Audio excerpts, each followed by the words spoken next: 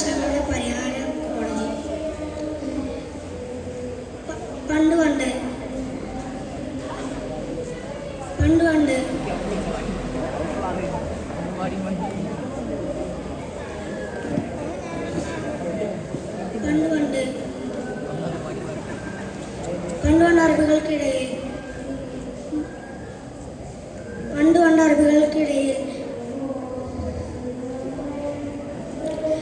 അറബികൾക്കിടയിൽ തറവാട് മഹിമയും ഗോത്രവർഗ സമവാക്യങ്ങളും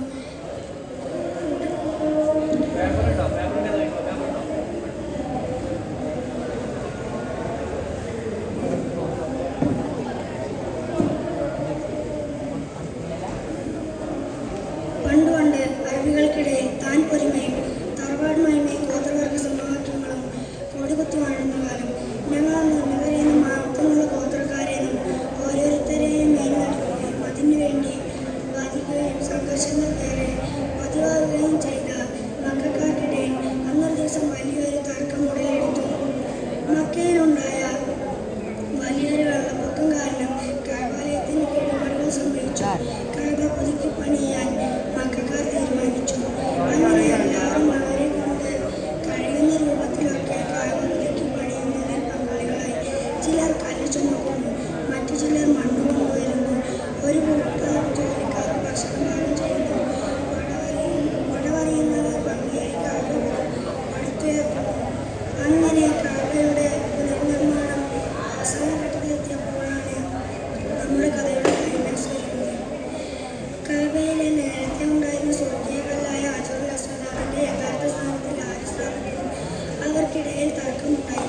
ഓരോ ഗോത്രക്കാരും ഞങ്ങൾ ഹജറുൽ അസ്വദ് സ്ഥാപിക്കാനാണ് എന്ന് വധിച്ചു. രംഗം വഷളാക്കി. ഞാൻ വെക്കാം. ആരും വിട്ടുകൊടുത്തില്ല. പലരും പല പൂവഴികളും പറഞ്ഞെങ്കിലും ആരും സ്വീകരിച്ചില്ല. തർക്കം മൂർച്ഛിച്ചു.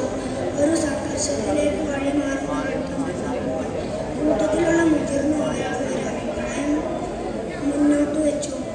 ഇനി കഅബയിലേക്ക് ആദ്യം വരുന്നയാൾ നമുക്ക് മധ്യസ്ഥനാക്കാം. അദ്ദേഹം പറയുന്ന എന്ത് അഭിപ്രായം സ്വീകരിക്കാൻ നാം തയ്യാറാണ്. എല്ലാവരും സമ്മതിച്ചു. ഇനി ആദ്യം കഅബയിലേക്ക് വരുന്ന ഓരോരുത്തരും പ്രതീക്ഷയോടെ വഴിയോരത്തേക്ക് കണ്ണു നട്ടിരുന്നു.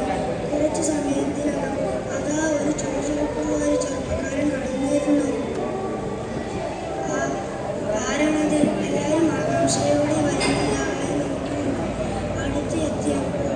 അടുത്തെത്തിയപ്പോഴല്ലേ കൂടി നിന്നവരുടെ കണ്ണുകൾ ആഹ്ലാദം കൊണ്ട് പ്രകാശിച്ചത്. സമാധാനമായി, നമ്മുടെ അല്ലമീനാണല്ലോ, ഏവർക്കും സ്വീകരിക്കാനെന്ന്. അവിടെ കൂടിയവരെല്ലാം മുത്തനബിയോട് സംഭവിച്ചതെല്ലാം വിശദീകരിച്ചു.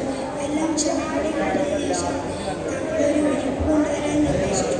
ആ വിരിപ്പ് നിലത്ത് വെച്ച് ഹജറുൽ അസ്വദ് ബഹുമാനപൂർവ്വം അതിലേക്ക് എടുത്തു വെച്ചു. ശേഷം ഓരോ ഗോത്രത്തിൽ നിന്നും ഓരോ ആളുകളെ തിരഞ്ഞെടുത്ത് ആ വിരിപ്പിന്റെ ഓരോ അറ്റവും ഉയർത്താൻ കൽപ്പിച്ചു.